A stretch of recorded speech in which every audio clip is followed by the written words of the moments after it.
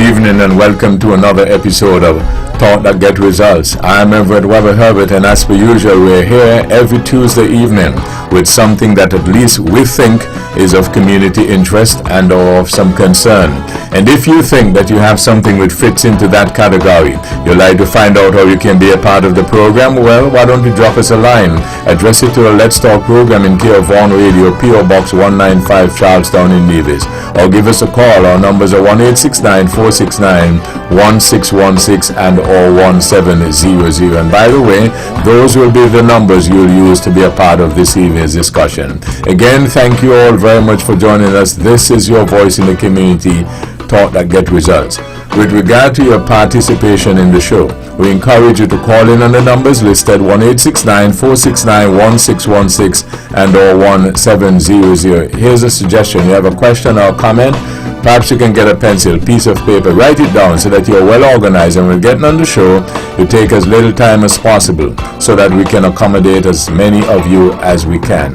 We ask only, first of all, you respect yourselves and then respect others, because we will not accept anything we deem that's not within our broadcast standards. But we encourage you to always be forceful with your point. Thank you all again for joining us. Your voice in the community, Thought That Get Results.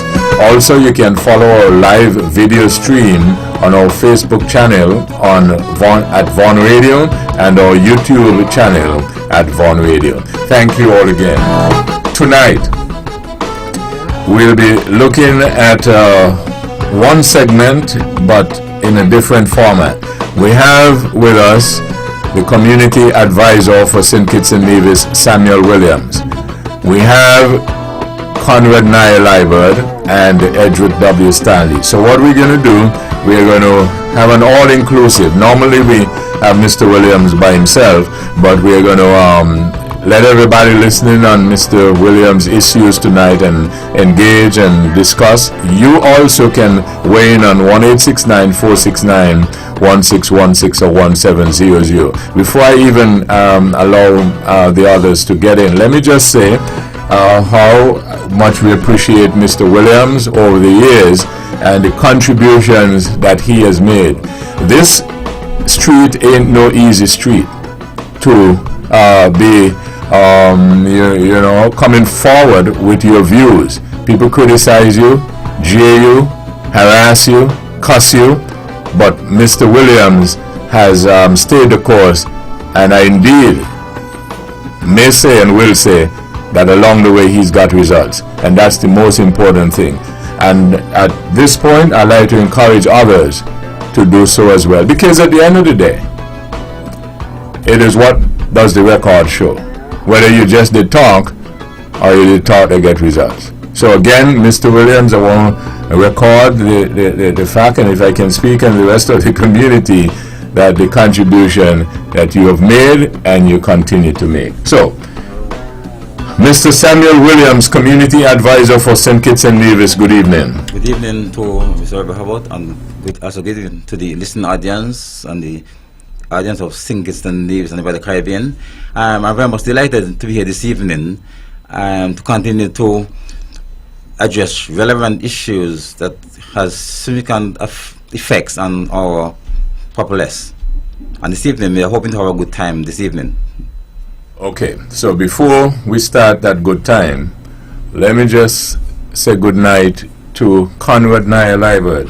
Good evening, Webbo, and good evening to my colleagues around the table, Mr. Williams. Special good evening to you and to everyone near and far in tune to this program by the various means that's available today. Webbo, once again, I'm happy to be here. I'm happy to be here with Mr. Williams. He always has some pertinent issues to discuss, and I'm looking forward to a healthy conversation this evening, Webbo. Edric W. Stanley, good evening. Good evening, Webbo. Good evening to my fellow panelists. And a special good evening to Samuel Williams, who I believe has come a long way. But he is one of those people who doesn't give up. And if you are into it, stick with it. And you will just get better and better and better, as the case might be. In his case, in his particular case, he has gotten better and better and better over the years, to the extent we are now having him as part of our heavyweight our panelists, seemingly. May be jumping the gun, but at the same time, welcome again, Mr. Williams, and congratulations. Thank you very much. Okay, so Mr. Williams, again, by the way, Edric, before we go on into Mr. Williams' issues for tonight, let me just say that I'm not complaining, I'm pleased about it.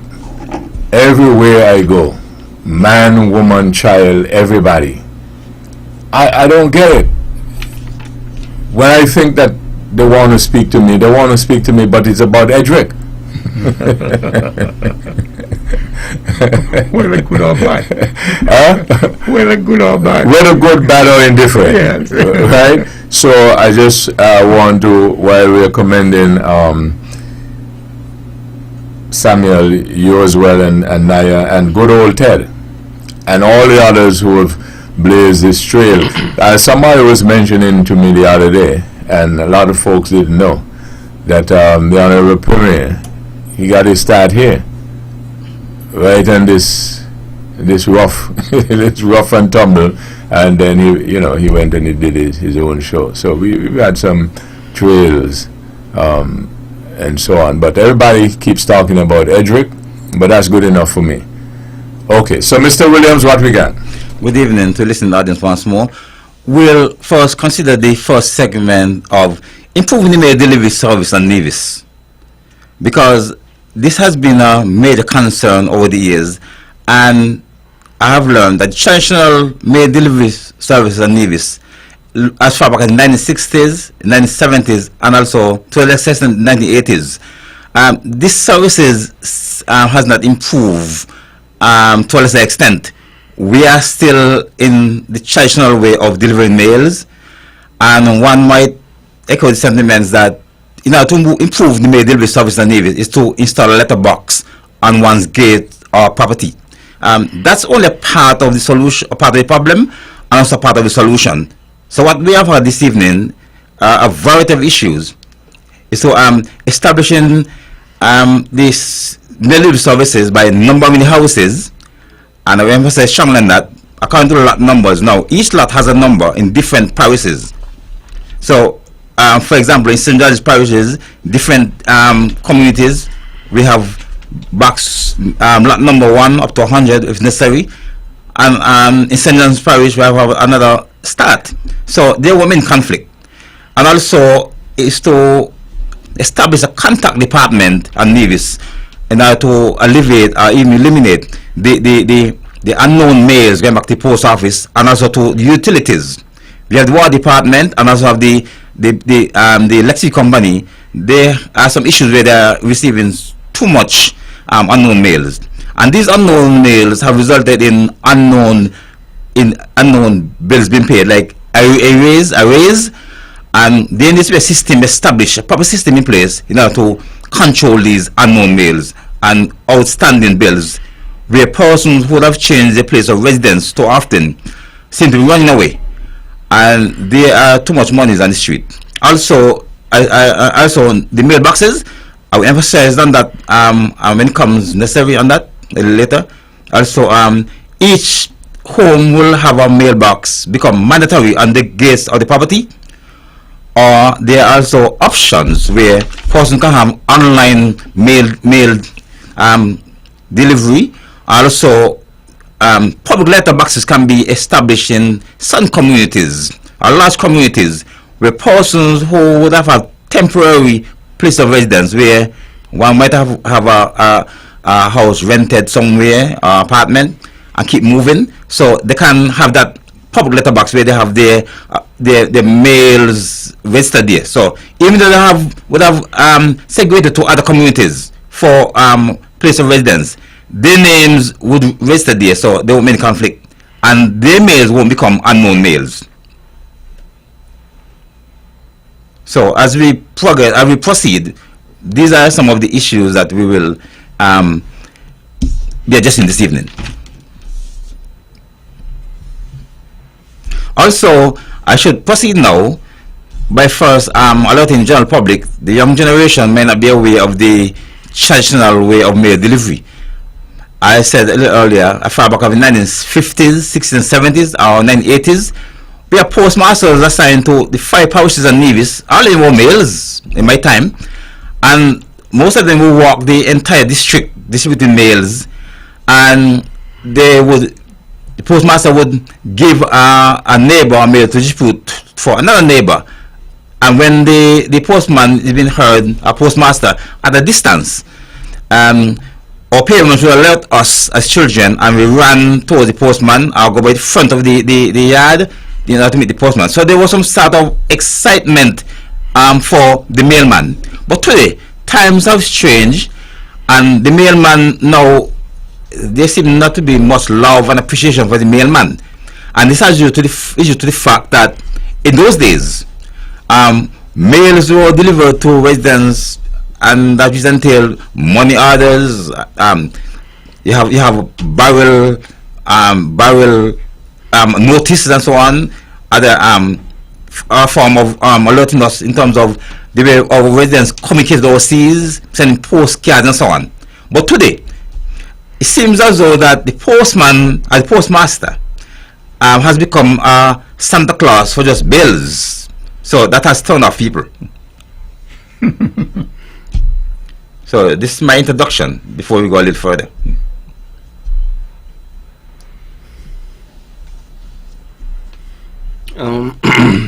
You have touched a very important area, Mr. Williams. Very, very important area. And you know, a lot of problems we've been having here is because bills and mails are not delivered.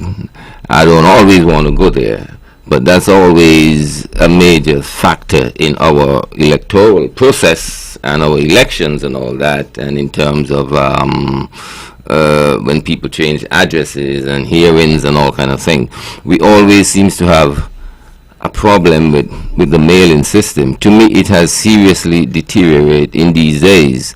Maybe for that particular reason that you said in your last statement, when you said that maybe because they become a Santa Claus for bills. But I sometimes wonder how much the postman is paid. Back in the days, the postman was a highly respected individual. Highly respected individual. He was a communal person, and he had such knowledge. As you said, one postmaster was assigned to one parish, and he walks the length of breadth of that parish. Is an individual that the community protects and respect, because he was so important in bringing these important mails, I mean, from overseas, and in every form, postcards, money, and notices for barrels and at the warehouse. Remember, Nevis was a place who were heavily dependent upon remittances coming back to Nevis from the various places that Nevisians find themselves living. And so they were highly respected, and they took their job with a lot of pride. They took their job with a lot of pride. I know one postman today. He works in there's the north area. It looks like in the Cage Bay, Westbury, and he's well known. He's highly respected by the people that live in that area, and you know, and he's so respected. But these days we have seen almost like a decline in the pride that individuals are taking in being a postal. Sometimes my vehicle is down at TDC, and the postman dump the mails in my vehicle. I mean, that could be okay for some, but it's not that okay for me, you know, because I live just further up the road.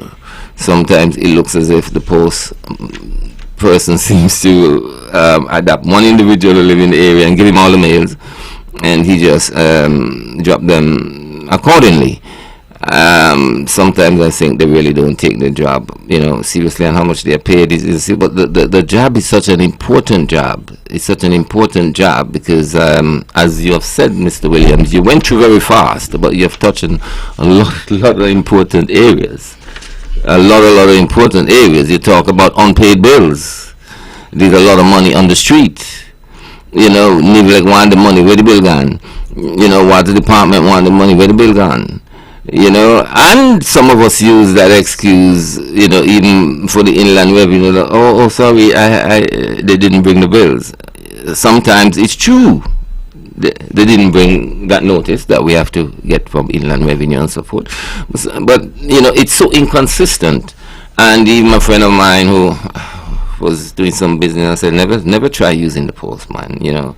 He wasn't living here for a long time, so he come back here trying to use the post, and I advise him not to, because just the way things are so inconsistent when it comes to the post. So I think the issue you have brought forward, Mr. Williams, is fundamentally important to us.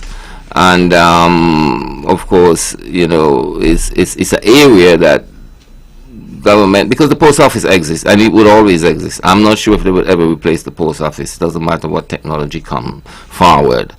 And I think efforts have been made too. I'm not, you know, talking as if like government don't even remember there's a postal service. I think efforts has been made, but a lot of the complaints you're having is genuine complaints, and somebody need to have a peep into what you're saying, just to make mail delivery more consistent, more certain, and mail delivery individuals probably more respected, but they themselves would have to take pride in their job and do what's supposed to be done, because the mail deliverers in these parts are communal person. You must understand a lot of things have changed here too. Neighbors do not know the neighbors as they used to, you know, and so it is incumbent upon the mail deliverers to actually deliver the mails to the home which they are assigned to, which they are addressed to. And I can say a lot more, but at this moment I'll probably give Mr. Stanley a chance. Thank you. I applaud Samuel Williams for bringing this issue to the fore. The mail has become an important factor, has always been an important factor in our everyday lives. At the same time, it was more or less a priority to get mail, and that was something that was very poignant, very important, and impactful, because when a mail comes from abroad, it brings news from abroad. It brings sometimes money from abroad. At the same time, the news was just as important as the money that would be in that envelope. The mailman was quite a dignified person, quite an important person in our family of residents as we went forward in the latter years. There are other now means of communication, which is email, electronically delivered, and also the platforms such as Facebook, Wikipedia, WhatsApp, you name them. And as a result, all these areas, platforms, are means of communicating. Cell phone delivery. The delivery of cell phone messages is quite important. So although the mailman still plays a vital role in our community in terms of the mail delivery,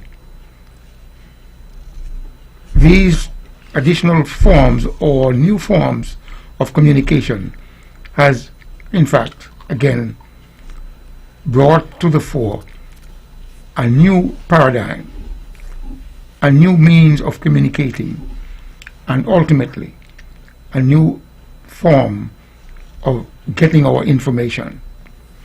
The mailman is still important. I remember a mailman used to come to us at church ground. Mr. Kelly, he rode a horse at the time. He's gone to the great beyond.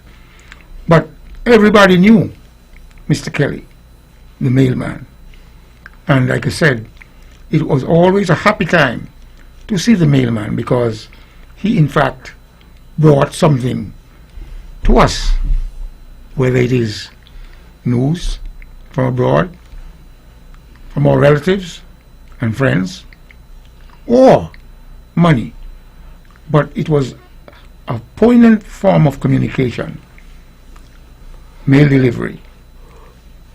With reference to the bills, Nevlec, the water department, people don't really want to see bills. At the same time, they shouldn't even expect the mailman to deliver the bill.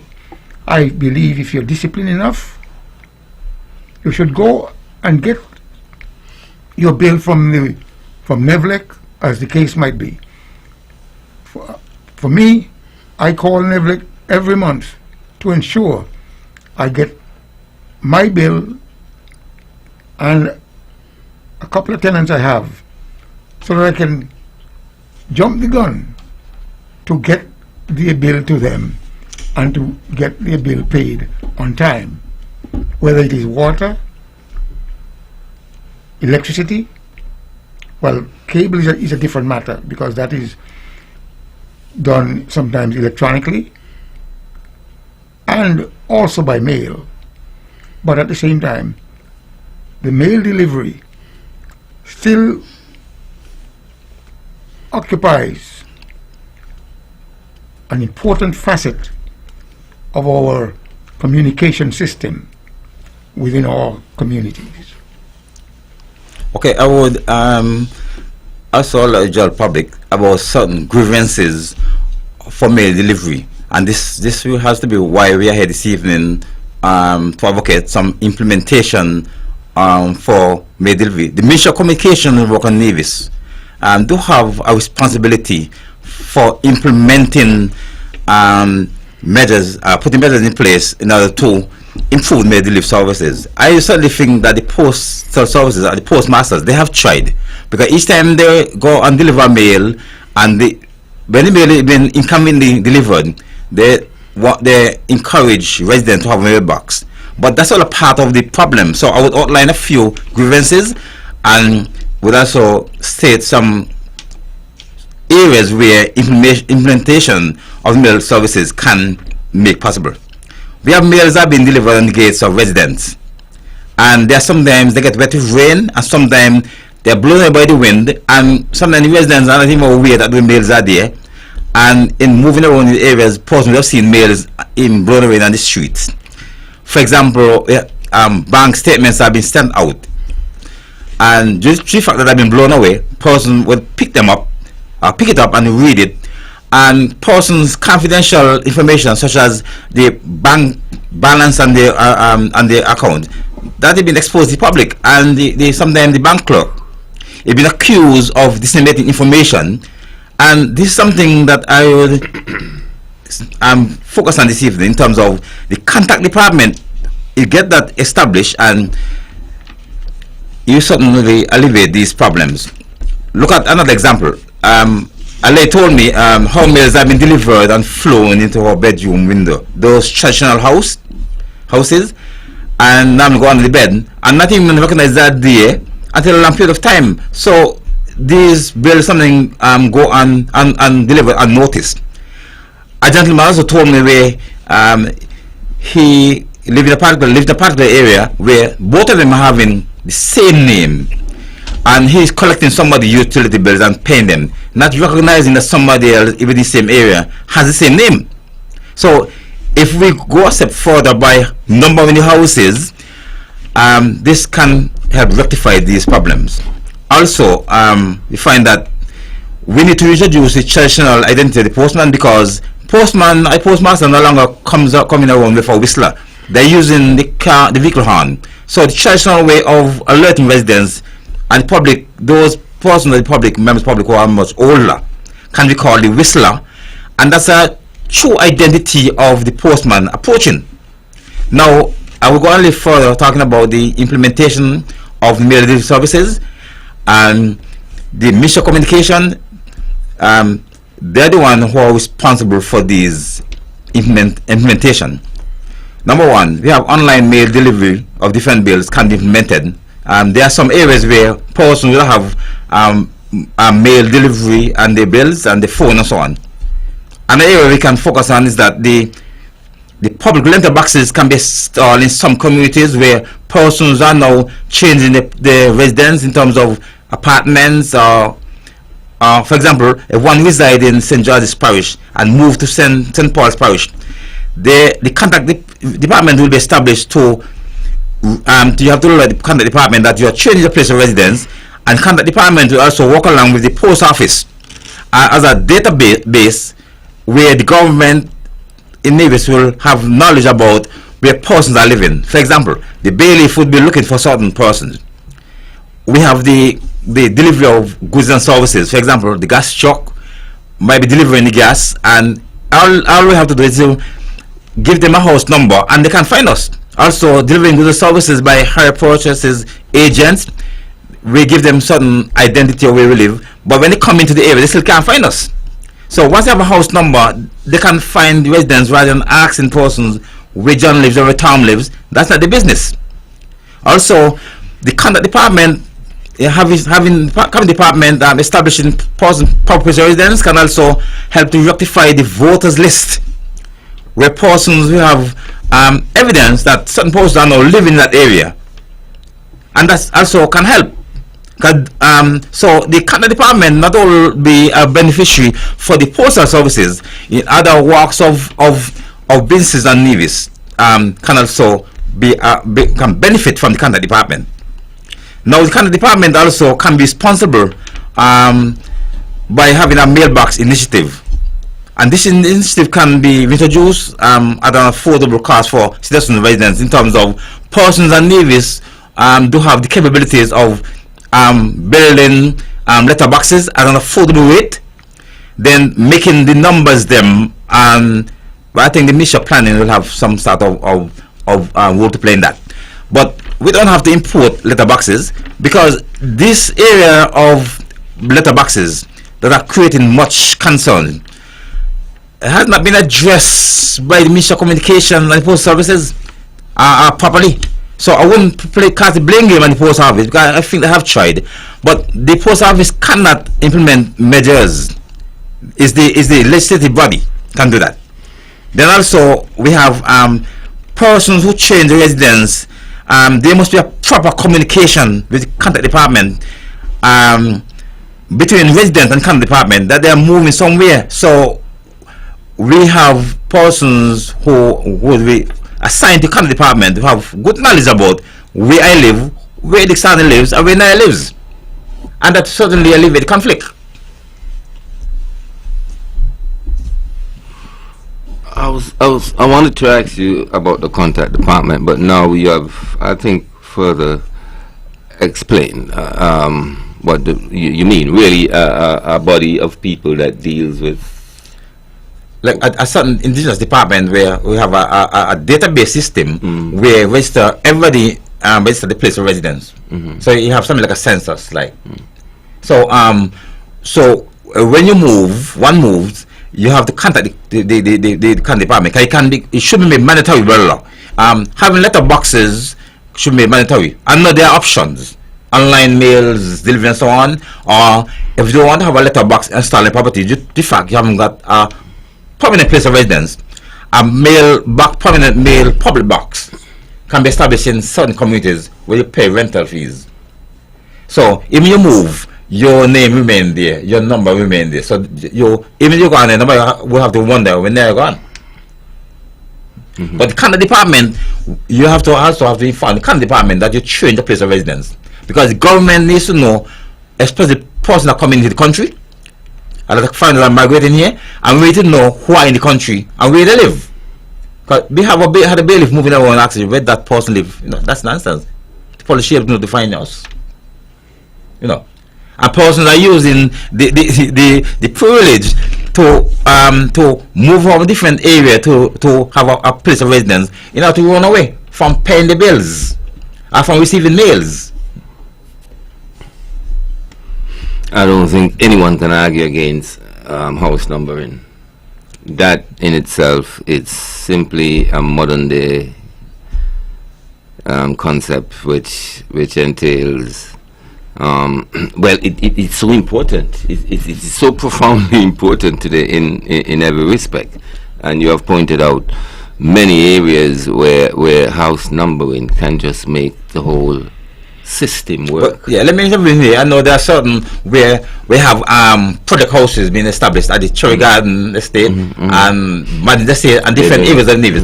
Those houses, by my knowledge, will have certain numbers. Yes. So I'm suggesting that in the rural areas, other parts of the country, in all over neighbors, every house should be made mandatory. Every house will have a number, according to a lot numbers, so there won't be any conflict. Okay, and postal box. Postal, you're talking about the individual boxes. Yeah, why not? I mean, but to me, I am not sure if we should say it should be compulsory from a government point of view. But isn't it incumbent on the owners of your property, those who are receiving mails, to have that letter box? To me, it's a personal initiative, really, and because that's only one thing, and you have said it. Yes. That's only part of the problem, part of the solution. It still requires the postman to deliver Well, I've spoken to the mail to the post box. I've spoken to a former post office bishop, and she told me that the public failed to cooperate with the postmasters. So they said it should be made mandatory in by law that everybody should have a letterbox, or the authoritative measure said you can have online mail delivered to you, or have a letterbox established in certain communities where you can, there be options, 3 options, that your mail must be delivered to residents properly. Because mails have been delivered on gates and blown away and so on and get wet. That's an embarrassment. Putting person mails on a wall, on the stones and so on. You know, that's an insult. So I blame the Ministry of Communications for turning a blind eye on the mail delivery. Not the post office, because they have tried. The post office does not have the authority for implementation. It's the Ministry of Communication, and they need to address it by a radio, press conferences, televised program and so on, newspapers and so on. I am town hall meetings. That has not been the case.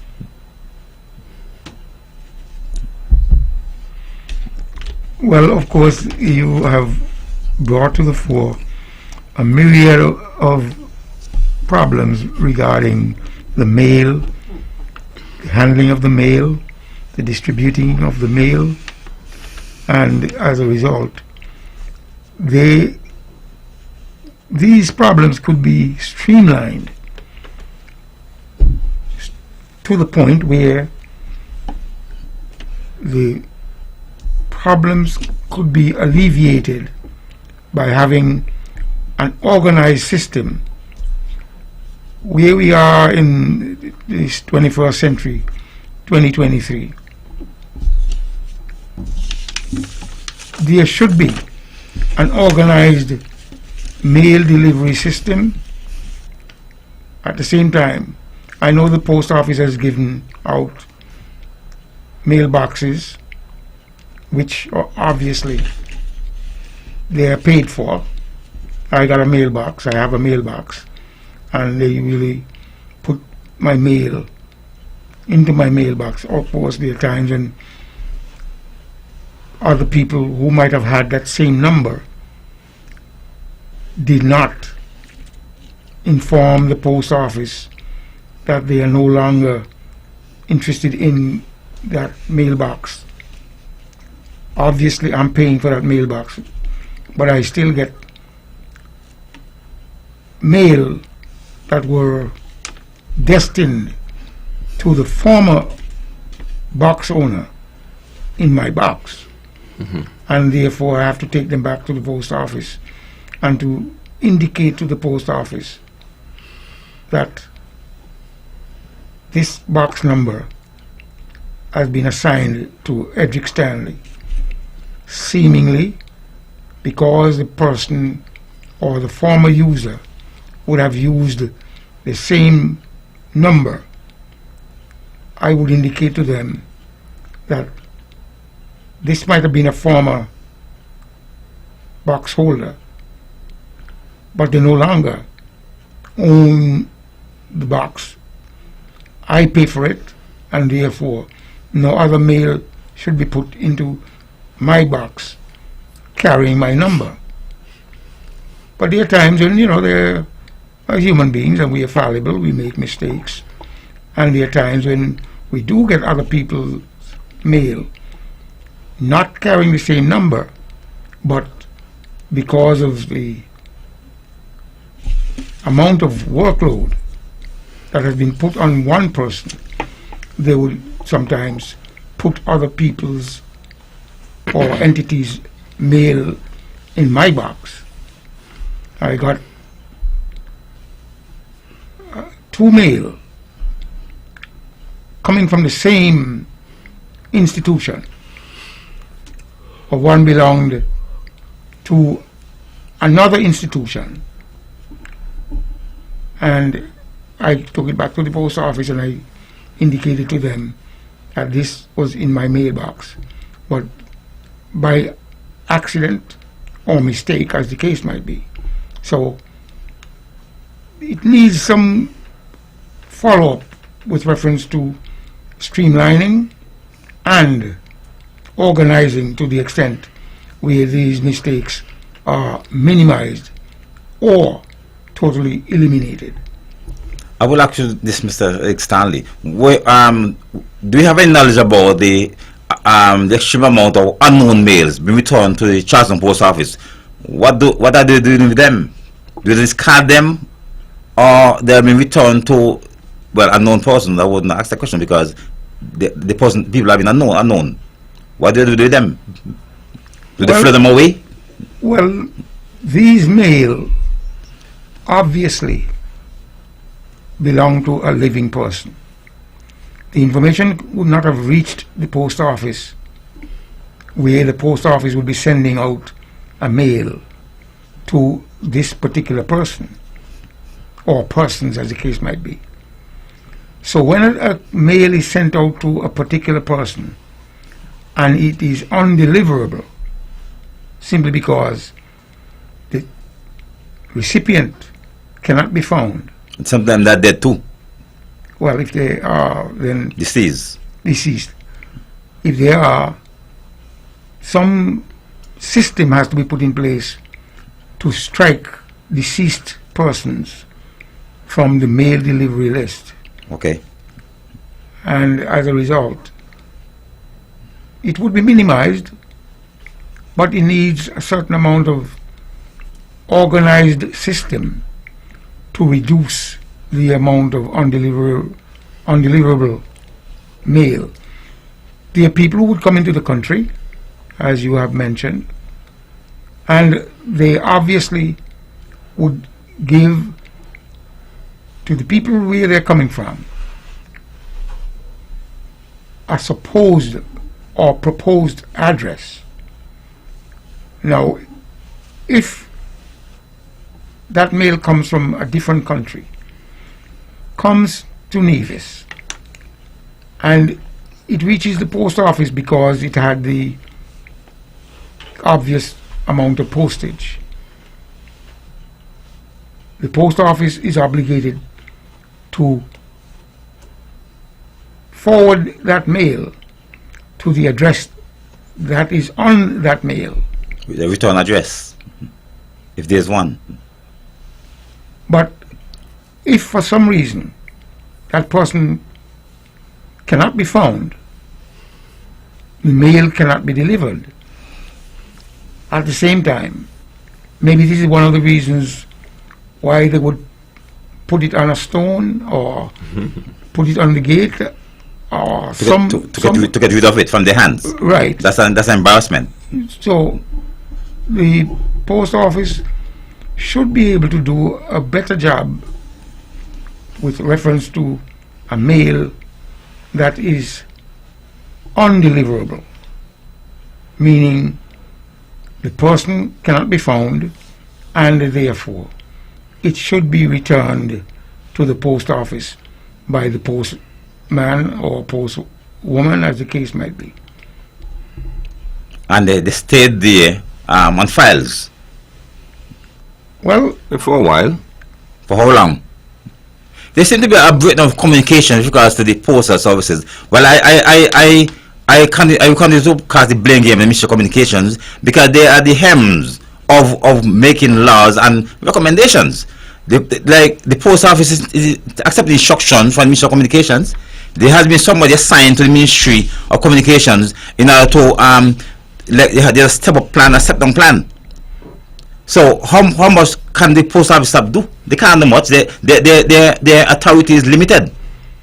well, the authority is limited, and they have to operate within the framework of the authority given to them. But what will you suggest they do with undelivered mails who've been going out and coming back, going out, coming back? Because if it's happened for 5 times, then something has to be, there's no sense in sending it out again. What do you suggest they do with them? Are you referring to the unknown mails? Yes, unknown. Mail bills. Unknown, whether mail bills, whatever that. Well, I was going to ask the question a while ago. With the question, because these unknown mails being returned back to institutions at the post office. They are raised. They are outstanding bills. Should the Ministry of Communication write off those bills? While persons who are paying monthly bills and sometimes they lapse in paying the bills and everything is connected, there are consequences for those persons who are being consistent. But those persons who are being inconsistent, there seem to be no consequences. If the mail is delivered to the right person, then you have an obligation to pay a bill. If you can't find the person who owes the money, what do you do? The bills have been returned back to the institution, War Department and Electric Company, and they're nothing to do because the government do have a responsibility for legislating, implementing the system, proper system, and the kind of department will play an integral role in registering people place of residence. So when there's a return mail, we can trace that person previous place of residence by the contact department because they have a database. Computer, but seem not to be in place where seems to be just verbal communication by the postmaster. So we can't really enter so much pressure on the postmasters because they can't do anything. If mailboxes are not being installed at residents of and residents and so on, what can the postmaster do? I too will encourage myself to get a letterbox, but we cannot have one. They must be affordable. Because you find that the elderly people, some elderly people who reside alone, there needs to be some sort of system in place where somebody can even assist them and taking them to like the post office and deal with the mails, like collecting the mails or whatever. You're talking about? Yeah.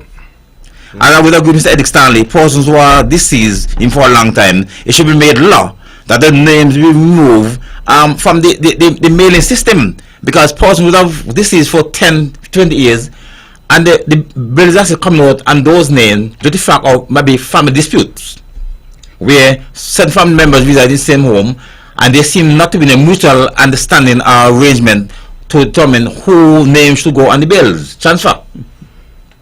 So the whole thing is just mixed up confusion, and this has to do with a lot of the unknown mails because there isn't any proper database in place at all. How can I trace them, Mr. Edick Stanley, when he move and go on somewhere to live? His mails ultimately becomes unknown. The way I ask the question, all is unknown. Well, the public will also tell me if they have any information. Listen, audience, where are the unknown mails going? What are you doing with them? Because the mail belongs to somebody. Mails are important, and they're very essential also. So when I send on mails to Naya, I would ensure that Naya gets the mail. Someone else told me that postmaster would flow her mails on the porch, and when she comes in the afternoon, see them there. Other person's names that have been flown on her porch, and she throw them away. That she's not distributing the mail. That's not business. So you're looking for a mail, and the email has been discarded somewhere else. That's a embarrassing service. It seems to be the worst government service in Nevis. Well, do you know me, you, Mr. Stanley, all of us is a part of the postal system? I'm aware of that, yes. That can be a fact. Because we are supposed to return the mails. Well, if you're honest, that doesn't belong to you. You are expected to, you got that obligation to return the mails. Because that's the only way the system works. If you ever work, I work as a postman before in England. It was quite funny. I work in the post office. Yeah, mail sorting. Okay. Yes. And I can say it here now. I mean, a lot of things go wrong there. Sometimes you throw mail anyway, you know. But the mail may go to a wrong person, but it come back to the post office, yes, you know, and then it find its way a second time or third time to the right person. Because they have a proper system established there. A proper system in a sense, but that system, I'm just saying that me, you, and Mr. Stanley here in this little island is a part of the post, and the people must know when they get somebody mails that doesn't belong to return them, not to throw them away. Okay, I would also agree with Naya that residents must take some sort of personal responsibility to install letterboxes on the property. But I said that the Ministry of Communication must play an integral role in this, because there seem to be a lot of letterboxes that should be established. I mean, and installed. But where are they? Are they available? Oh, sure. And how much for one? Oh, people can make letterboxes. I make letterboxes all the time. I mean, if the government want me to make 250, just put the order in. And a full rate. Let me take this. Good evening. Thank you for holding. Well, good night, and good night to your guests. Good night. I've been listening for a while. Mr. Liebert, you just said something there. I can't recall how you put it, but I think you're saying that we receive our bills and stuff. We have the start to it too. And I totally agree with that. Mr. William, one time you left the post office, and next time you ease upon them. Me don't understand where you're going. Period. Okay. One thing you blame them, and the next time you turn around and say you can't blame them. And we have a duty to do. If we expect mail by a certain time of the month and we don't see it, we can take a walk to the post office. If the postman asks what happened, God forbid. Take a walk to the post office, ask a question, simple as that. You can't try to blame on the post office and the operation. And you people teaching one time you bang them and next time you defend them. Anyway, that's all I want to say. Well, Carla, I certainly see where you're going with that, but as I said, that at the HEM, the Ministry of Communications, they're the one who are responsible for implementations in regards to improving the delivery services. How much can the post office do? The post office do have a role to play, but their role is limited. Well, like I said, the system needs to be up to speed. This is the 21st century, and it is not rocket science. We know that people come into the country. We know that people live here. Those who come into the country, they have ties from whence they came. And once they arrive, they would have given, again, I would be repeating myself, of course, their people from where they came, their intended address once they arrive in Nevis.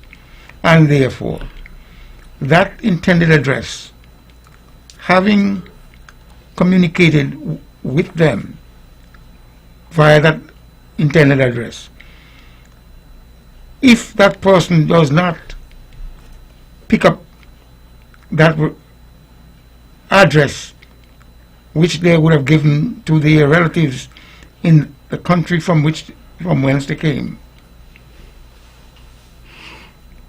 it means that if that person attempts to write a letter, that letter would wind up to the address intended. At the same time, if the male personnel, given that mail as an assignment to deliver, and that person finds that the recipient is not at that location, the postal personnel has an obligation to take it back to the post office, undeliverable, cannot be found. I do not know if they would have to repeat that, but it takes a certain amount of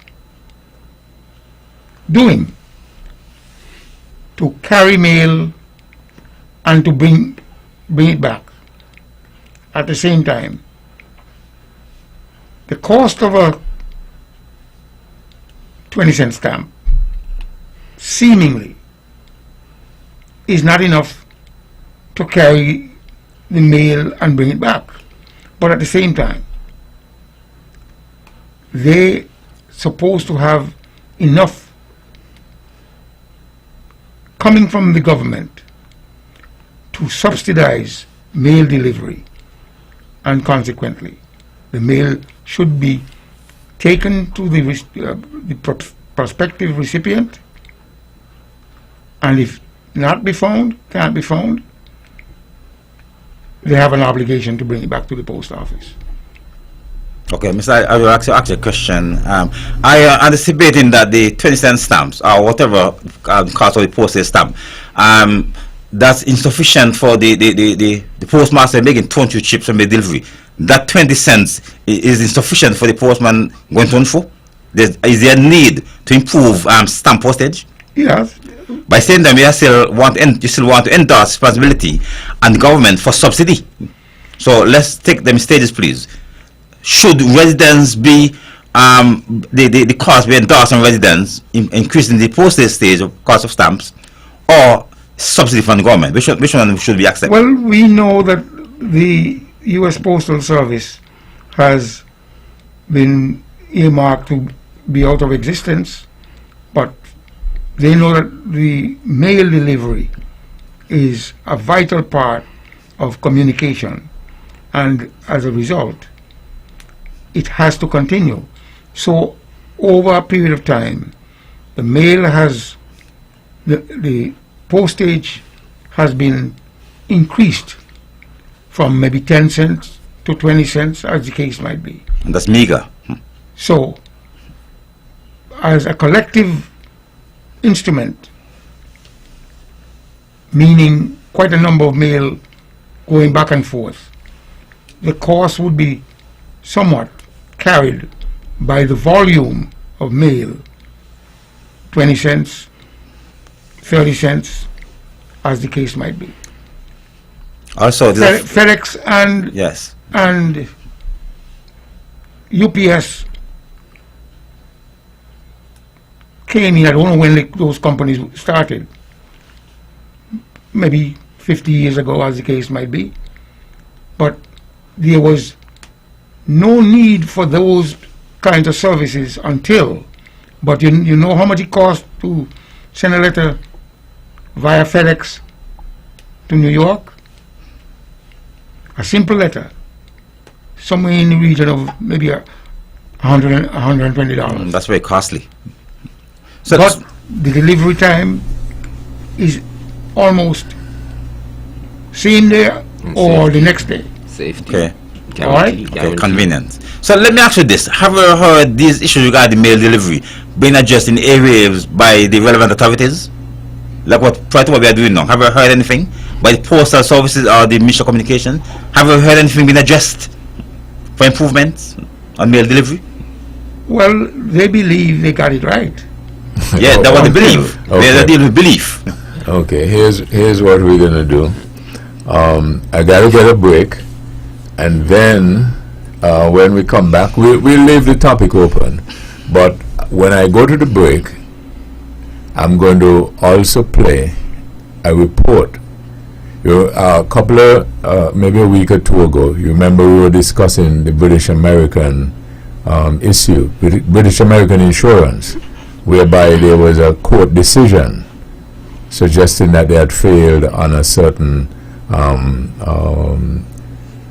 issue they had put before the court, and I had suggested that maybe that was just one part of it.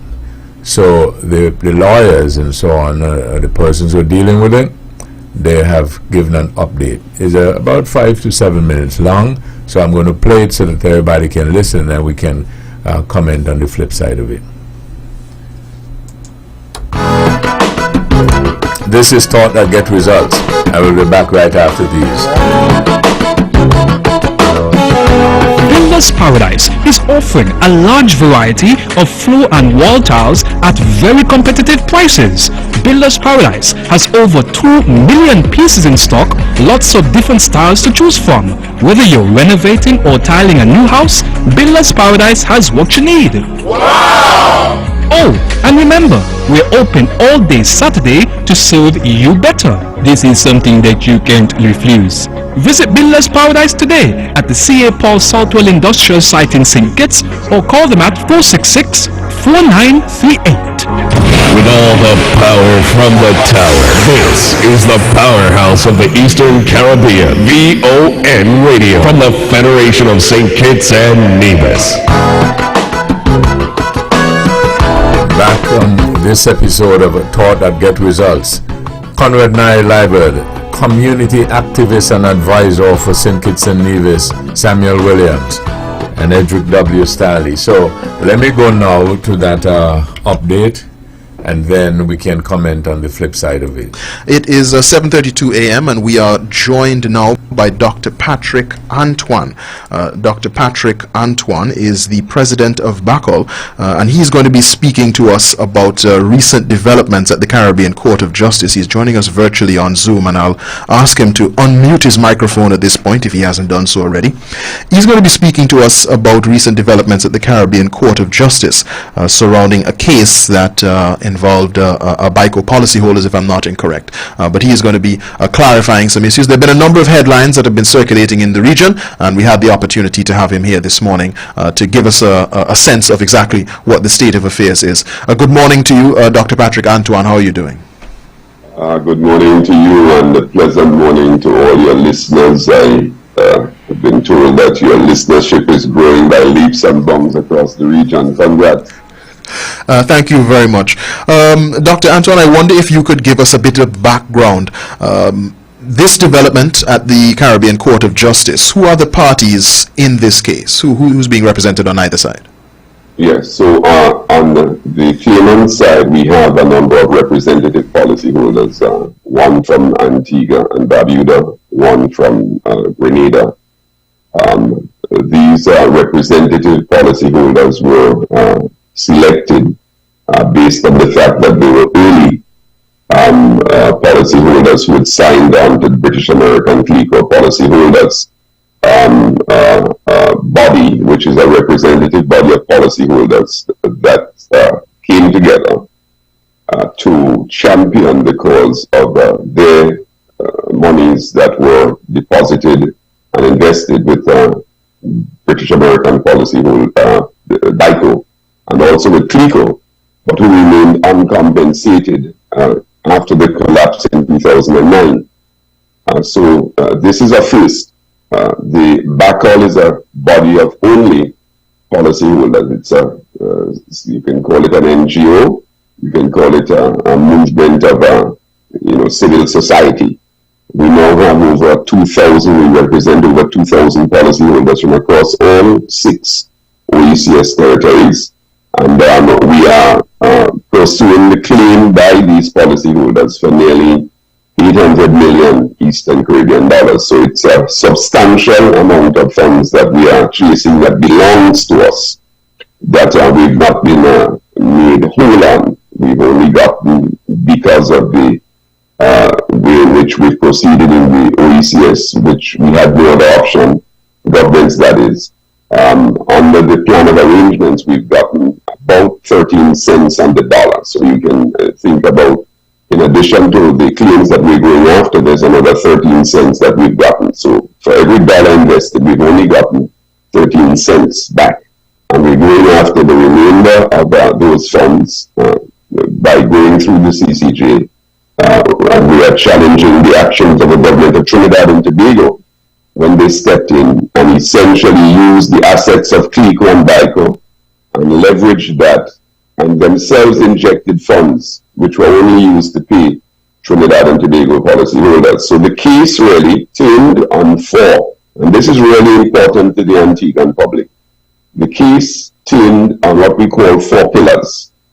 And we felt that there were 4 wrongs, in short, that were perpetrated against us when we look at it in the context of the revised Treaty of Stradamus, which is where it belongs, because these were cross-border transactions, meaning that our funds were sent to Trinidad and Tobago. Our policies were signed by Trinidad and Tobago, the British American body there called BAT, BA Trinidad, and they solicited our monies or investments by sending agents and establishing offices in the various Eastern Caribbean countries. So it belongs at the CCJ. So we said that there were 4 wrongs under the revised Treaty of Chaguaramas. Again, this is important for Antigua because there's been a lot of misinformation circulating. So the 4 pillars that we said were wrongs, that were infringements of our rights as CARICOM nationals, was 1, the restrictions and the prohibition of on the provision of services. What we said is that these were cross-border transactions, and the way in which this proceeded infringed our right, which said there should be no prohibition on the restrictions on the provision of services, which means, when we look at it from our standpoint, what we call the contingent rights means if you have a right to provide, we have a right to receive. It's important to understand that.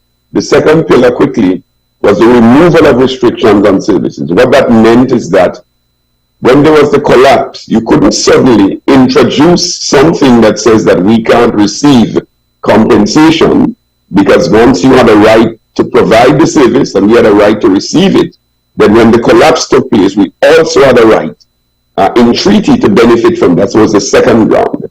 The third ground was the removal of restrictions on banking and insurance and other such services. And again, that's the third ground. And these grounds I've gone through, there are articles in the revised treaty that speak to them, which says that you ought not to do these things. Now, the fourth ground is unique and it's interesting. It's the ground which comes under the chapter on the protection of our consumers. And it's the ground is the failure of the government of Trinidad and Tobago, coming from the collapse, to put adequate means of redress and effective means of redress for consumers in the OECS, while they did it for consumers in Trinidad and Tobago. That's the fourth ground. Now, what I'm about to say is really important for the public again. The court, when they met, decided that there was a knockout, as they called it, step that needed to be taken. And that was the step to determine on a preliminary point whether all 4 grounds ought to go ahead, or whether they could narrow the grounds based on any intervention by either side, clearly on the side of Trinidad and Tobago. And when they determined this matter, Trinidad and Tobago came under a provision called Article 30. And Article 30 simply says that there are some things that governments have the right to do in the exercise of governmental authority. For instance, central bank type operations, etc. You can't subject that to consumer rights because there are greater national causes that governments often pursue, and that space ought to be protected. The court ruled that under Article 30, Trinidad and Tobago essentially could legitimately protect themselves from subjecting the 3 rights I spoke about before, not the right to provide consumer services. They had the space to protect themselves in exercising how they dealt with the bailout from the right in the treaty, which says that you have to do it for everyone. So it says that, look, they had a right to confront the catastrophic failure by providing the bailout for their nationals in the way that they did it. So those are the 3 grounds, but the court clearly said that there's a 4th ground that will go ahead. And the 4th ground was the ground which says that the government of Trinidad and Tobago failed to provide adequate and effective means of redress to policyholders in the Eastern Caribbean. So that we need to be clear this morning. The court did not throw out the case. The court said, look, of the 4 grounds you presented, the case can go ahead based on this ground I've just spoken about, the failure to provide adequate and effective means of redress. So what that means is that the case is going to be heard. So now that we've passed the preliminary point, the court has made it clear that it's narrowed down the basis for determining this case only on the fourth ground. Now, that ground we believe is strong. That ground we are extremely happy that the court has opted to hear this matter on. And that ground now needs for us to rally our forces, put the evidence together, focus on that argument on that ground, right? To convince the court that when you look at the case in terms of this fourth ground, the failure to provide adequate and effective redress to consumers in the Eastern Caribbean, that we in fact have a just cause. And that is important because we've heard and seen some clips in the press which have given a number of persons in Antigua a lot of disquiet, rightly so. And let me say the following too. We are extremely happy that this case is going to be heard, because we've been at this now, in my case, for 12 years, in the case of Antigua and Barbuda that really came on early with us. We've been at this in the case of the policyholders from Antigua and Barbuda for about 5 years. And we are happy that we could see the day when the case is going to be heard, because I think all the ills of what were perpetrated against us will come out. And this is really important for consumers in the Eastern Caribbean and for the policyholders in Antigua and Barbuda and the rest of the Eastern Caribbean. Dr. Patrick Antoine, I think you have answered all my questions.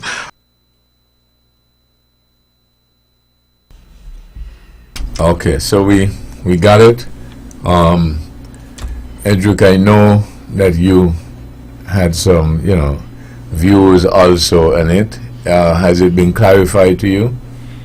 Well, Trinidad is still attempting to hedge. At the same time, based on the fourth pillar, it looks like there is monies. There are monies who the policyholders of St. Kitts and Nevis should be able to collect once the case is adjudicated in our favor. I made a notation here because had it been live, I would have had a question, and I still have a concern, because number one, as I listen to him,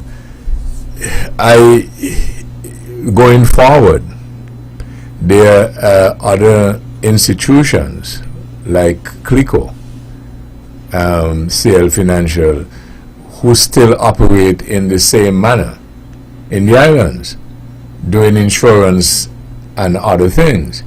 And my question would be, has anything differently has been put in place since that, so that were something of a similar nature happen, would the consumers or the customers still be left holding the bag? Let me take this. Hello, good evening. Good night, Webbo. Yeah, so listen, you're banned again. When people are, you're banned again for a while, okay? Now, so I was saying that I'm interested in knowing, would something similar to happen again? Would we be left holding the bag again? Or has something been done to mitigate that happening? The other question or concern that I have, and you were making the point, Edric, that were they to win this case, the members of the OECS and so on can get something, right? But my question is, when you look at the justice system, and I'm getting a little concerned about it too, you might win the case, the monies might be awarded, but will you get anything? Well, they paid 13 cents on the dollar, which is minuscule for the, if I get it correctly, those people in Trinidad may have gotten 13 cents on the dollar. The people in the OECS. OECS, yes. Sorry. At the same time, this organization, the legal arm of the Treaty of Chaguaramas, gave Trinidad and Tobago the right to set up an entity such as British American, and therefore they shouldn't even be striking out the 3 other pillars. Okay, let me just take this. Good evening, thank you for holding. Good night, gentlemen. Yes. My recollection of this whole issue was that there was a settlement on agreement made by the Trinidadian government to essentially recapitalize BICO, etc., etc. Okay? A haircut would have been involved, those kinds of arrangements. But when the new Trinidadian government came into place, it seemed as if they reneged on the agreement. So I'm wondering how we can claim that the people the affected people in the OECS were basically not given a fair deal, when in actual fact it was the government of Trinidad and Tobago that did not go through with the agreement. I thought if an agreement was made, regardless of whether there's a change of government or not, the government of Trinidad would have been obligated to go through with it. Okay, so there is that aspect to it. The second thing is that we were made to think that basically we had done something wrong. Those who had taken up the options of basically an investment option. And what it seemed like is that the government of the day decided to just give that 13 cents. Basically, I think they gave everybody 30-something thousand or something like that. All right? And that was the limit. How could that have been fair to those people who had a larger share or a larger policy? Right? It sounded very political to me that basically they made the assumption that, well, most people affected would have been in that range, and only few people would have gone over that. And so it was politically expedient to deal with the smaller policy holders, because essentially they represented more votes. That is how I saw it. Okay? But I'm glad that things are going forward still. I thought that the central bank had introduced measures to take care of things like insurance policies now, so that this don't happen again. I may be wrong, but I think that is what happened. Somebody asked the question. Yeah, so, but I'm glad that it's going forward. The question would be, of course, as someone just said, even if the case was won, would Trinidad just ignore it? Yeah, that's my concern, Carla, because I find that we have some instances where you go to court, you get judgment, and then, the relevant person say, well, I ain't paying.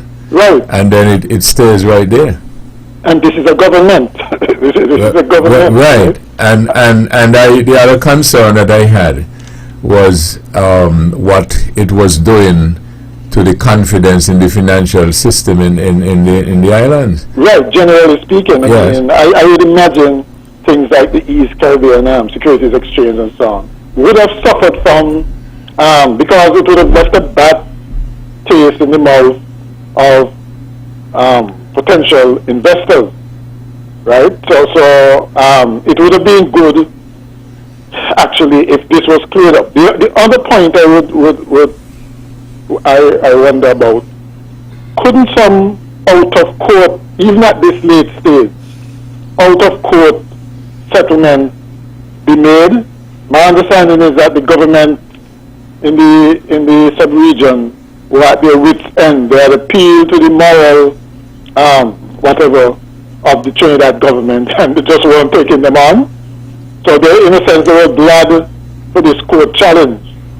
But even at this stage, you know, yes, there probably will be a haircut, but at least try and come to some out-of-court agreement, because this would have really long-term repercussions for relations in the region, I would imagine. You know, Carla, I heard a report. I don't know whether the authenticity of it or what, but the same group or the same personnel are still in the same type of business. So they went to Guyana. Oh? Shortly after to open do some transaction in the business and so on, under, of course, a different heading, but the same folks.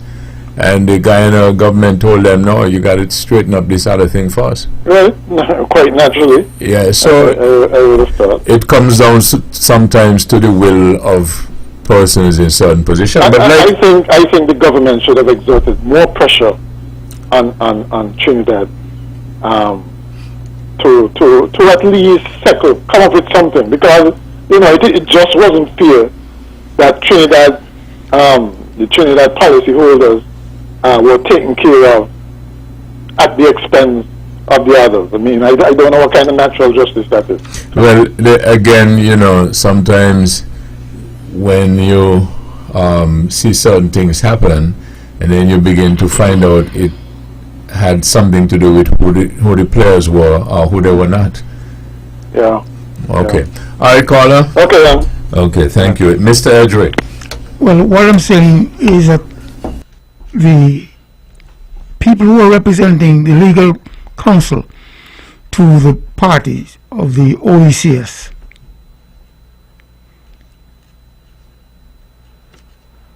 they have accepted the fourth pillar, in my view, on the Treaty of Chaguaramas, based on what I just heard. They are totally obligated, the Trinidad government is totally obligated to follow through based on the fact that the company was incorporated under the Treaty of Chaguaramas, including Trinidad. Yeah, but what do you mean they have accepted it? They have allowed them to argue the case. But the determination has not been made as yet. And then the point I'm making in form of a question is sort of leaping forward. Were they to be successful, right? Will they pay? Now you wanted to say something. Well, that's a completely different issue there, Webbo.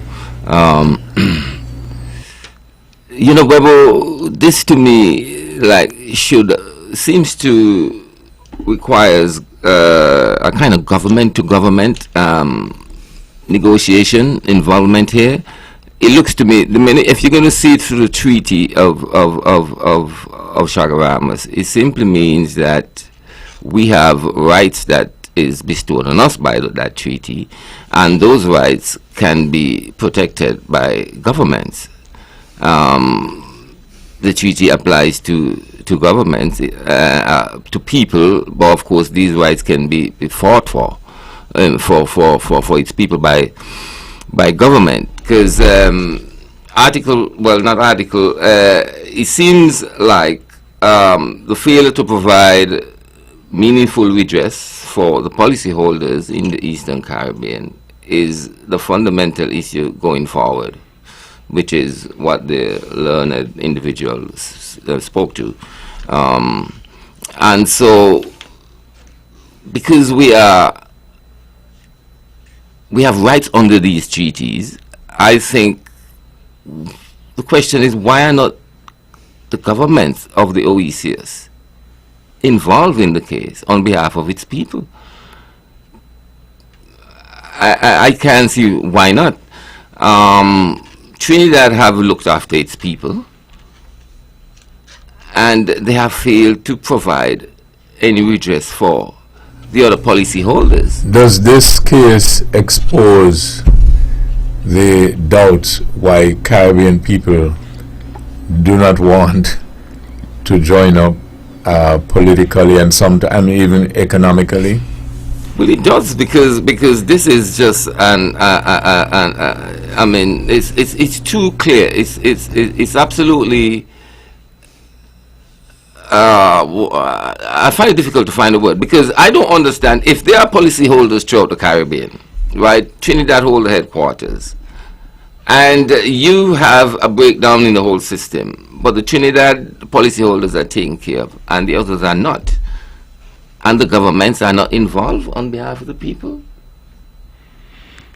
The rights that are bestowed on these people by the Treaty of Chaguaramas is something that governments has a right to protect and to ensure that its people enjoy these rights.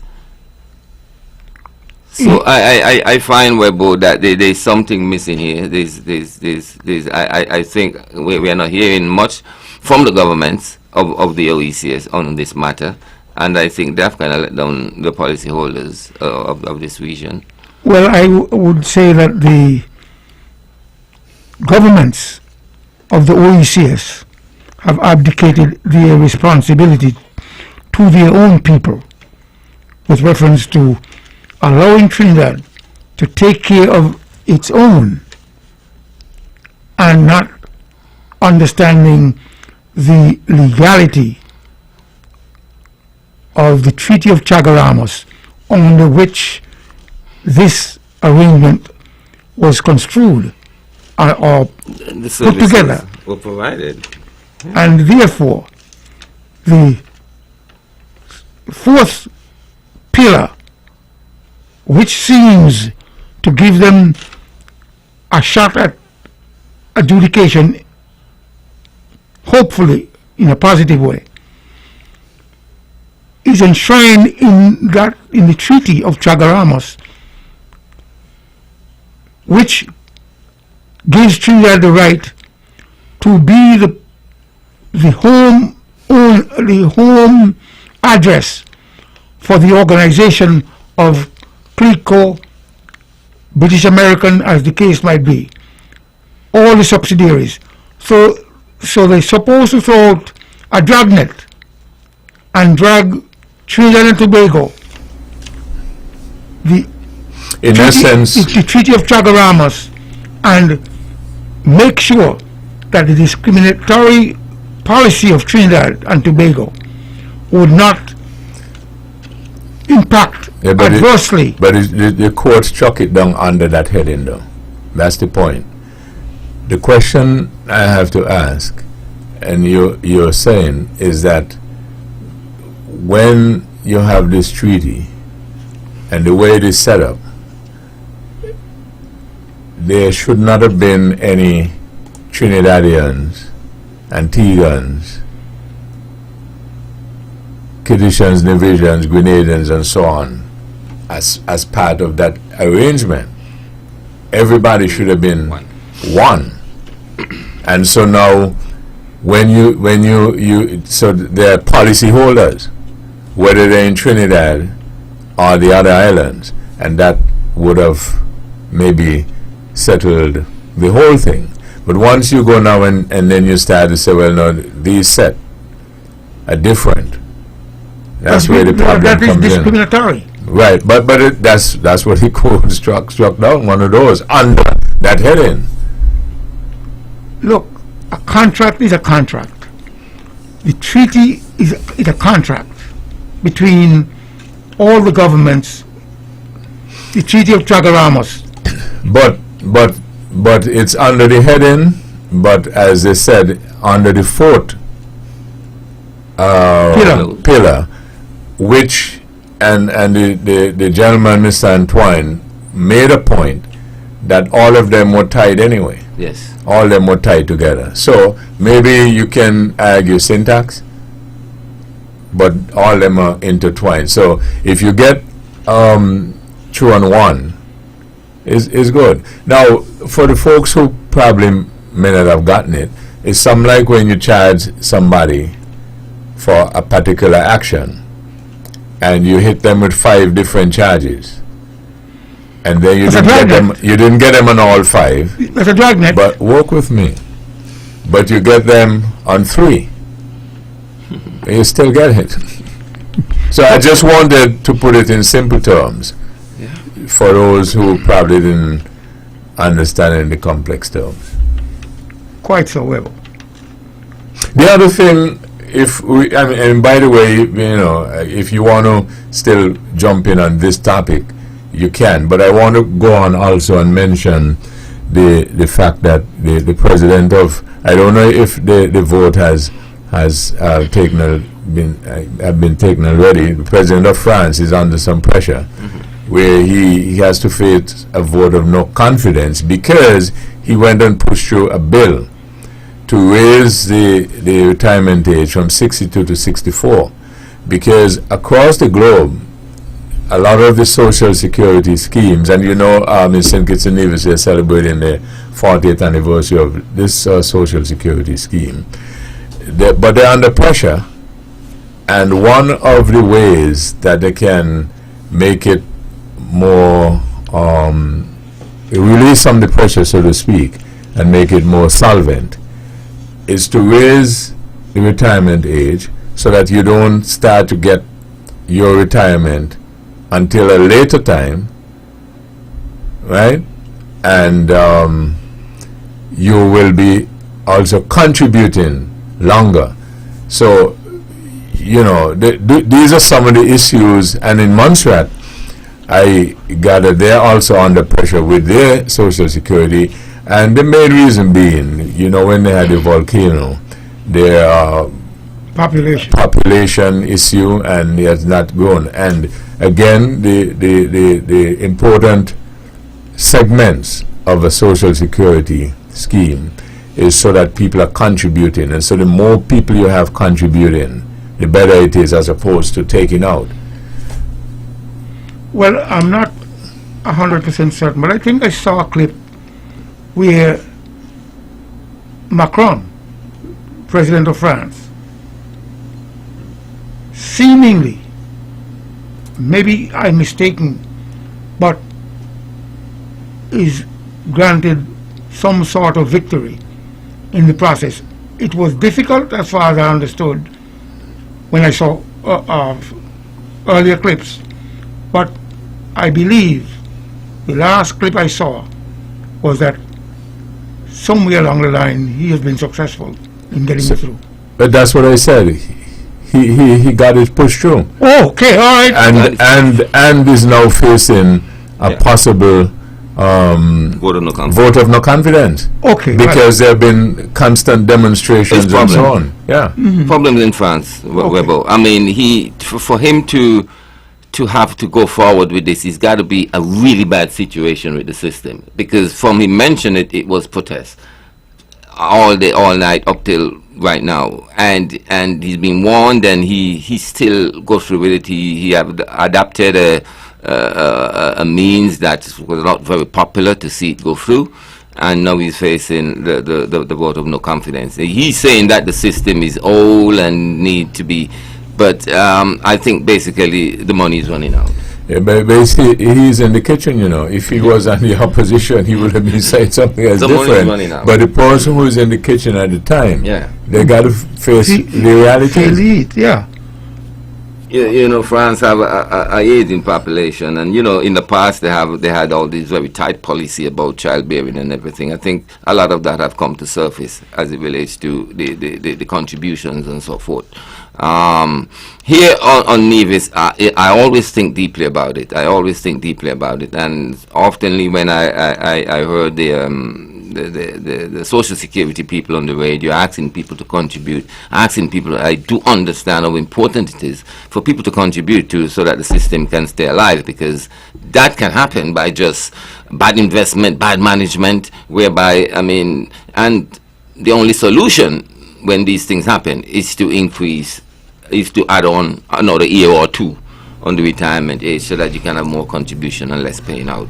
I hope that we never get there, because I think it is a safety net, and I think the President of France is in big trouble. I thought he was well liked. He seems to be well liked, but on this matter, the people say no.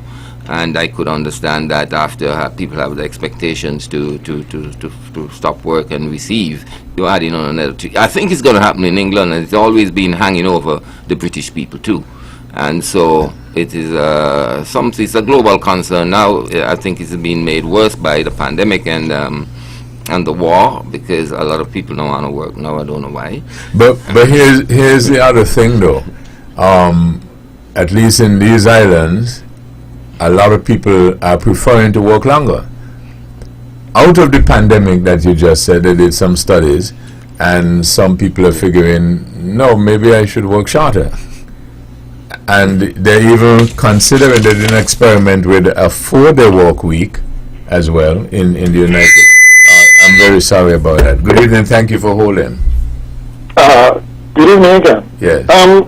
With regard to Social Security, I think it's a case of trying to decide who pays.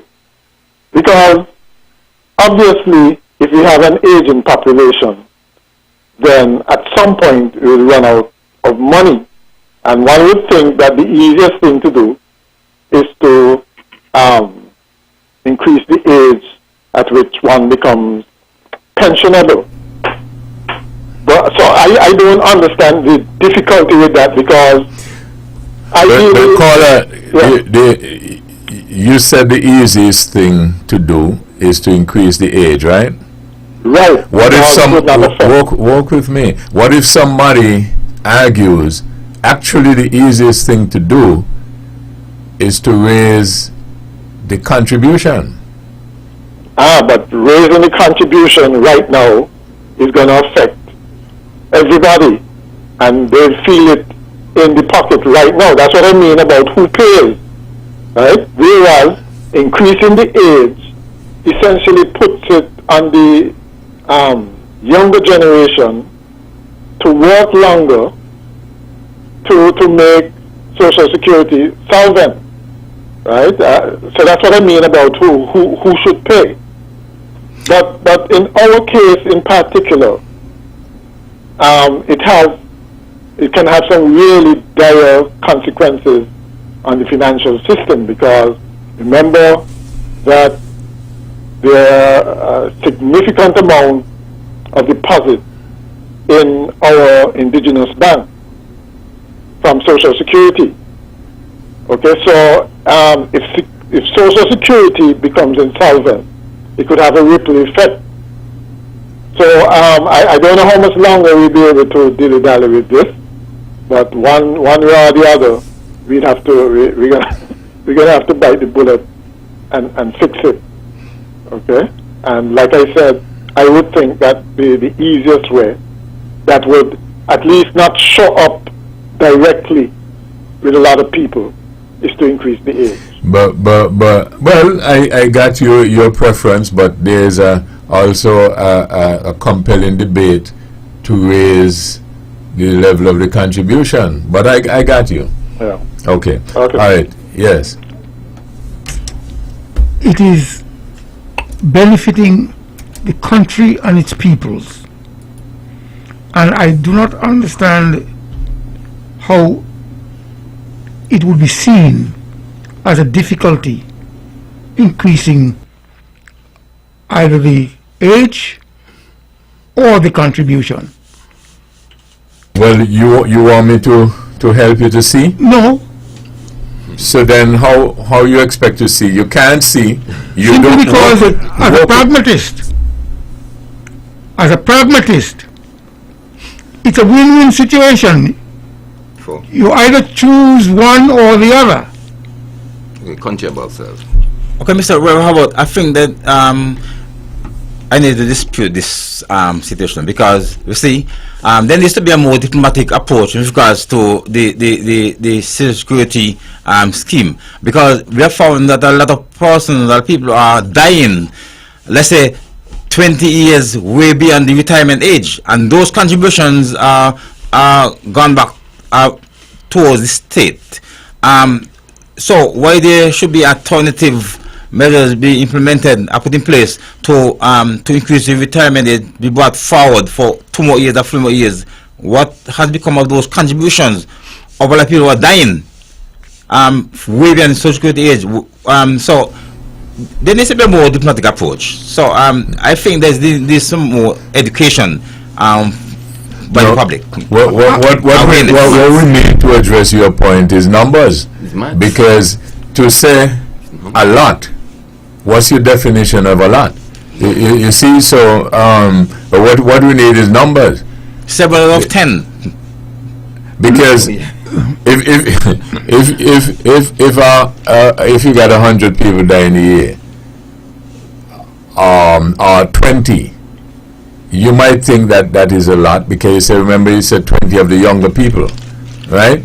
But that, in the scheme of things we're talking about, may not be, termed a lot. Also, we have to make certain differences. Yeah, so we have to look at the fact that abusive claims, where persons are making claims, by my observations and investigation, that claim that they're sick and making claims, and sometimes we need to challenge these claims.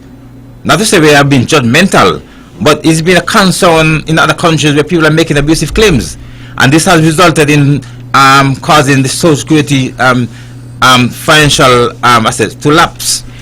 Well, let me tell you this. Let me take this first. Good evening. Thank you for holding. Good evening, Webber. Yes. Good evening to your panelists, or your guests. Good evening. Or your co-hosts. Now, the problem is simple, but nobody wants to tackle it. What we need is the inward migration by large enough numbers of young people of childbearing age. That's what we need, We need more young people in the labor force. Inward migration, you said? Yeah. And or alternative. Work with me. And or alternatively, production of people who are in already. We want people who will add to the labor force, not just. But that's what I'm asking. Yeah, so we don't want a lot of old people coming in. Right, but what I'm asking is, what if you were to bring out the multiplication tables for the young people here? The qualification? The multiplication table. In other words, if the young people are getting 1 or 2 children, what if we make it 5 or 6? You still get the number. Make as many as you want. That's what I'm saying. So you'll get the numbers still that you need, right? Yeah, even in Europe and so. That's what they need, All like France. They're giving the African and the Algerians all kind of trouble. And it is basically the young people who are migrating from Africa in the Caribbean to another island.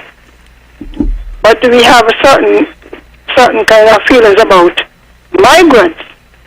They are the solution. To me, that's in the easiest one. Now, the topic we had before. The question is, who has the assets of the failed company? I think in the same report, he indicated that Trinidad and Tobago has the larger percentage of the assets. That's what I'm saying. Because I keep saying, when we argue for money, if the money there, then we could say, look, this company had so many apartments or whatever in Miami or whatever.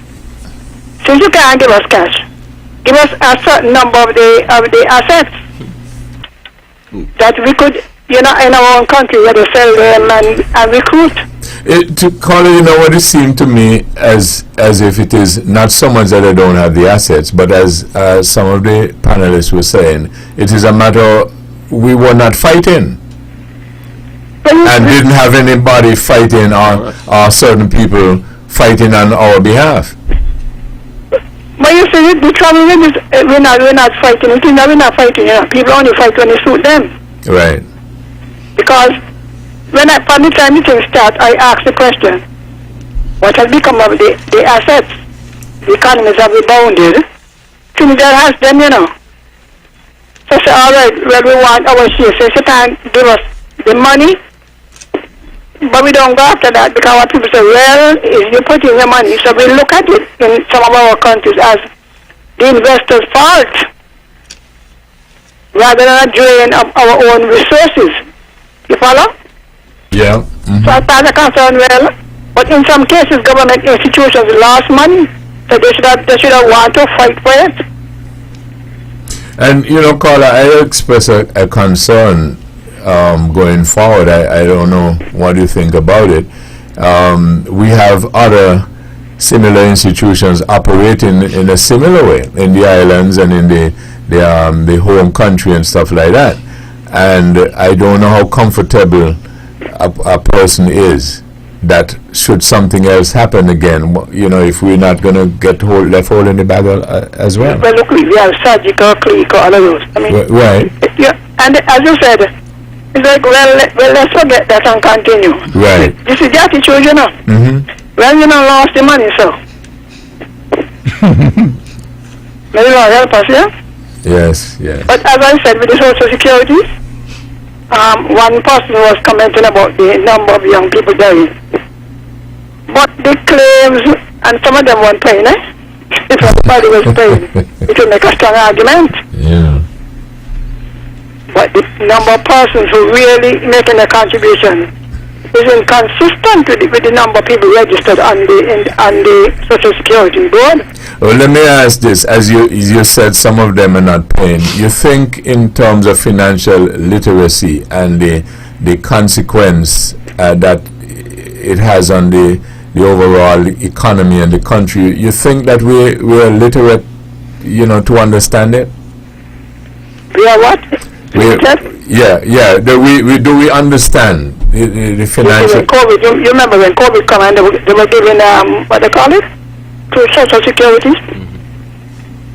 It was those people who have never mind. The bill was passed in 1996, you know, and you know as the leader, how much years that is? 96 to 2022.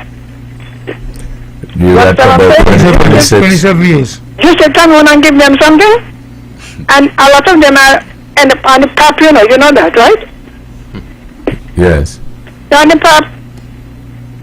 But if there are no consequences to your action, it will continue. So you can't just blame. I don't know, our governments are moved by who won't vote for me and who ain't gonna vote for me. Well, that's the way the game you is understand? played. Yeah, that's the way the game is played. That's what the game is. If you I was saying it on the radio, don't give them anything. Oh, I'm saying anyway. I said, you put in nothing. How could you expect to collect what people have put in? And another thing is the way the government utilize the Social Security money. Careless. Look, when they had when they went to the IMF, Social Security lost 30 million. Without a mama from anybody, they invested 89 in Beacon Heights. No report. 1 or 2 little houses. What happened to the money? Government borrow to build, and they pay when they feel like. And when you ask, oh, they're paying how much, how often?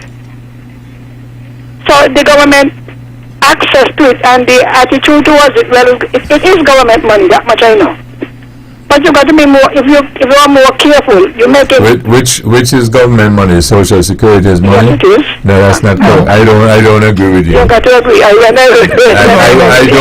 Well, I mean, if you mean work with me. If you mean from a practical standpoint, yes, but not from a real. Government money. They have access to it, but they have access to it, but look, you know, when I went to the IMF to the balance of payments, when we're doing our national accounts, GDP answer, it goes in as government money, not what you put in, you know. The cost of running the business also goes in as government money. No, I don't know. Well, whether we want to believe it or not, and that is why we are so indifferent to it. It is government money. No, Stan, I disagree with you. For from which the government give you something. No, I don't agree. But you don't have to agree, so you go. Carla, it's the contributors I and resources. don't agree either. So, If it was your money, you would get back your money. well, You can't access loans straight. When you're there, you get something. That's it. It's from my contribution. A pool from which the government gives you something. Well, all right. So Yeah. put it this way: theoretically, practically, because I used to work on it. It is government money. People don't want to hear some. yeah, well, I don't agree with you. But you don't want to agree. I could understand the point or the argument that you're making. Is like saying that if I own this radio station, but Edric manhandles me, you say, well, Edric is the real boss, something like that. Yes. Okay, all right. Well, I got you. You know, so there got to be more. But I would suggest maybe could take a much more order. You might have to direct the Haitians here. St. Kitts too. St. Thomas, St. Martin, big like Nevis, and got in 60,000 or so. Yeah, well, keep in mind that's one option. The other option I put on the table is to say, well, if we get the young people to take out the multiplication table, we get the numbers still. You agree with that? Take out your money. The multiplication table meaning if they're getting 2 children, say now you have to get 10. Well, it happened in China. But this, Yeah, man. Yeah, China is just a 1-1. They say hello 3. Look, the million is 3 now. You know. Good. But all right. all right. Well, let me say Okay. this. 20 to 25 years ago, I was told that the Social Security Fund would be insolvent in 50 years. But just recently, they have yanked 30 years from it, and it has gone down to, in 20 years, based on the time line I'm being banded about. But that is as is now, right? But if different persons and different methods were used in the next 2-3 years, it might go in the opposite direction. You agree with that? Listen, you have to use a consistent set of rules to come up with the number. No, the policies and stuff that you put in place for things have an effect. You agree with that? Yes. Good. So, if you have particular practices in place now, which if you were to continue onward, is going to make you insolvent in 20 years, and then you get a different set of people look at the scheme and say, listen, if we do this practice or discontinue this, we can increase that not by 20, but 50. You agree with that? That looks like a manipulating the system in terms of the application. But if you're manipulating it for the better and for it to work good, go ahead and manipulate, no? No, Just to use the word that you use. the practical application of theory, meaning we need the fund to be solvent, to last for the next 50 years, and therefore, don't change the rules of the game. But if you change the rules of the game to make it more productive, you are still going to say don't change the rules of the game? Mr. Herbert, I do think that it's very much easier to assess and evaluate or even to investigate the bad creditors of Social Security assets rather than trying to have someone like me who is approaching retirement age to have a waiting lingering 3 more years later for my contribution. I don't deserve that due to bad management or bad creditors. Do you know that in any entity that you're going to undertake, it is a fact of life and a fact of operation that there will be bad creditors?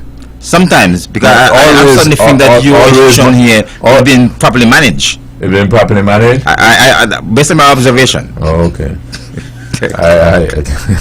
Well, that's the last word. So the man says, Edric. You agree with him? Yeah. Okay. This program repeats tomorrow at 10 o'clock following the VON News Minute. join the Honorable Mark Brantley tomorrow evening at 8 o'clock for On the Mark. Thank you all again for joining us. This is your voice in the community. Thought that get results. You all have a wonderful evening. The views and opinions expressed on the preceding program were solely those of the participants and do not necessarily reflect the views of Nevis Grievances and Company Limited or its advertisers.